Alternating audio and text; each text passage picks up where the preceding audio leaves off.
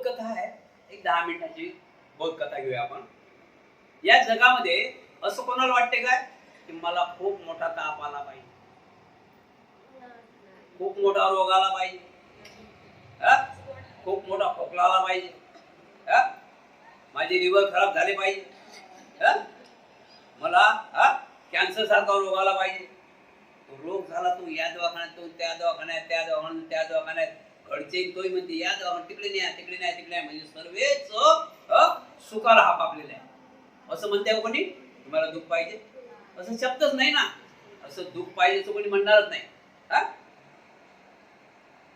अशी एखादी सुनबाई म्हणत नाही मला थोडंफार डोकं दुखलं पाहिजे म्हणजे सासूच काम करेल. असं तरी ऐकलं का तुम्ही? ऐकलं का तुम्ही? असं ऐकलं? भले दुसरी बंडल मारी की माझ्या आईचा फोन आला, मला उद्या जावं लागते, गाडी रिजल्ट बोलला. असं म्हणत नाही की 2-4 पडू दे बरं खाटीवर, बघू बरं कशा काम करतात. म्हणजे सर्वांना सुख पाहिजे, सुख पाहिजे, सुख पाहिजे. मग सुख असं येईल का? सुख असं येईल का? अरे संसार संसार जसा तवा चुल्यावर, आधी हाताला चटकेन मग मिळते भाकर, याला म्हणतात संसार. बरोबर आहे की नाही? तर असंच आहे काय, म्हणजे हर गोष्टीला आपल्याला काहीतरी कष्ट करावं लागतात तर सुख भेटते. राहण्यासाठी कष्ट करावं लागतात. पहिले कष्ट काय केले आपण? 4 लाकड तोडून आणले, त्याच्यावर लाकडी झाला, त्याचा बांबूच्या केल्या, अमुक डमुक, ते घर बनवलं. कष्ट लागले ना. तसंच घरात बसलो काय? नंतर आपण अजून विचार केला, लोकांच्याकडे जाऊन बघितलं, आपण कोणाच्या घरी बोलावलं, पाहुणे गेलो आपण, त्यांच्या घरी मग प्लास्टर लागेलाय, कलर लागेलाय, आपल्या घराला सारवण होतं, सारवण.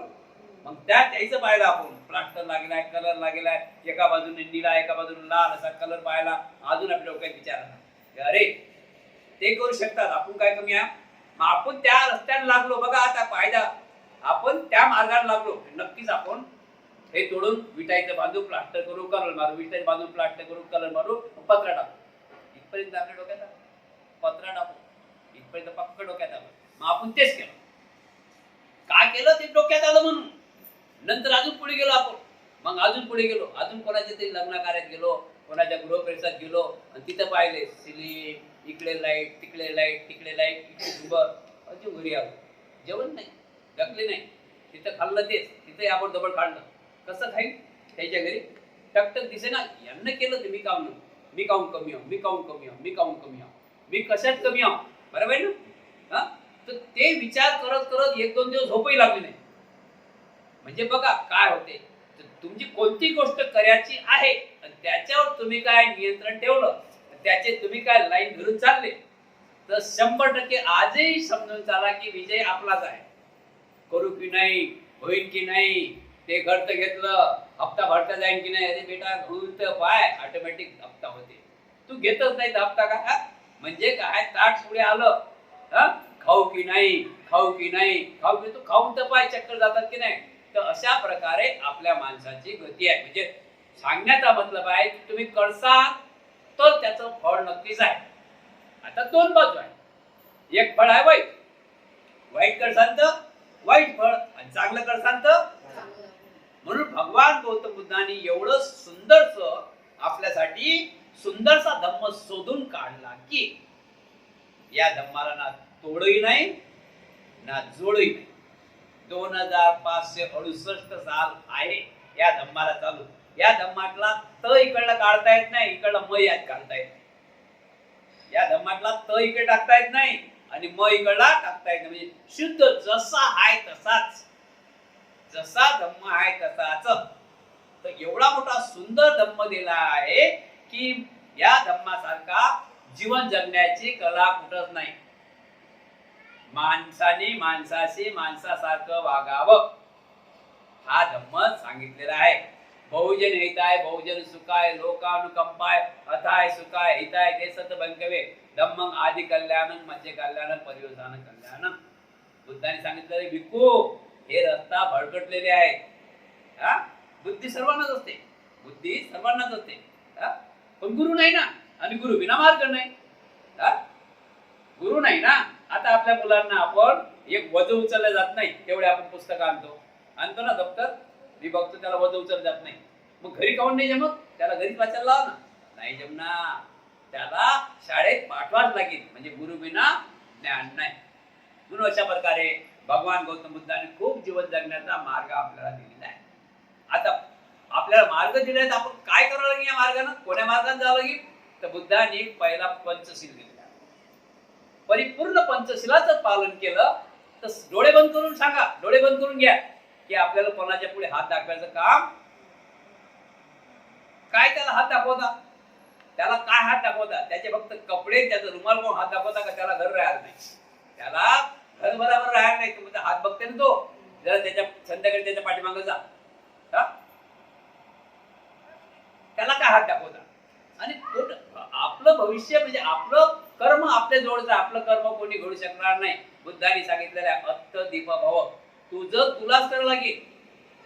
तुला दुःख देणारा कोणी नाही आणि तुला सुखी करणारे कोण नाही. तू कशाच्या कोणाच्या भरोशावर बसतं? तू भरोशावर बसू नये. तुला दुःखी करणारा कोण नाही आणि तुला सुखी करणारे कोण नाही. तुला तुझं तुलाच करावं लागेल. अत्त दीप भव असं बुद्धाने सांगितलेलं आहे. म्हणून हे माणसाला सुखी राहण्यासाठी इथलं 6 वर्ष खडतर तपस्या करून बुद्धांनी आपल्याला सुख जीवन जगण्यासाठी मार्ग काढलेला आहे. त्याला पहिला टप्पा म्हणतात पंचशील. पंचशिलाचं पालन करा. दुसरा टप्पा आहे अष्टांगिक मार्ग. काय करावं काय नाही करावं अजिबात काहीच करायचं काम नाही. फक्त पुस्तक खोला, ऑटोमॅटिक तुम्हाला रस्ता दिसते. आज बघा, आपण लक्षात ठेवा, विज्ञान कुठे पुढे गेलं. एखाद्या रिक्षात बघा, बसा तुम्ही रिक्षात किंवा टॅक्सीत बसा, त्या रिक्षावाल्याने माहित नाही रस्ता आणि बसणारा माहित नसते रस्ता. याला काय म्हणतात गुरुजी? काय मॅप लावतात ना. बघा ना, हे विज्ञान आहे बुद्धाचं. हा मॅप ऑटोमॅटिक लागते, ऑटोमॅटिक त्या रस्त्यावर पोहोचते. कोणाला विचारायचं काम नाही. एवढा धर्मामध्ये, या मॅप सारखा धर्मामध्ये पॉवर आहे. तुम्ही जर पंचशिला फक्त धरून चालता तर ऑटोमॅटिक तुमच्या मंदिरापर्यंत ते पोहोचू शकते. त्याच्यानंतर अष्टशिला आहे, अष्टांगिक मार्ग आहे आणि 10 पारमिता दिलेल्या आहे तुमचं मन स्वच्छ ठेवण्यासाठी. 10 पारमिता प्रज्ञा, शील, करुणा, मैत्री, अपेक्षा, शांती, ध्यान, विपश्यना, हे तुमचं मन साधना, मन स्वच्छ करण्यासाठी दिलेलं आहे. आपण या 3 मार्गाने भगवान बुद्धाच्या पंचशील, अष्टांगिक मार्ग, 10 पारमिता या मार्गाने गेलो तर नक्कीच आपलं मंगल होण्याशिवाय राहणार नाही.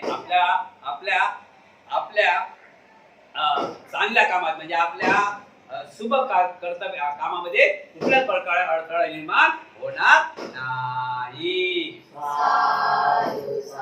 या धम्मदेशने तुम्हा सर्वांचं कल्याण हो, मंगल हो, सुखी हो.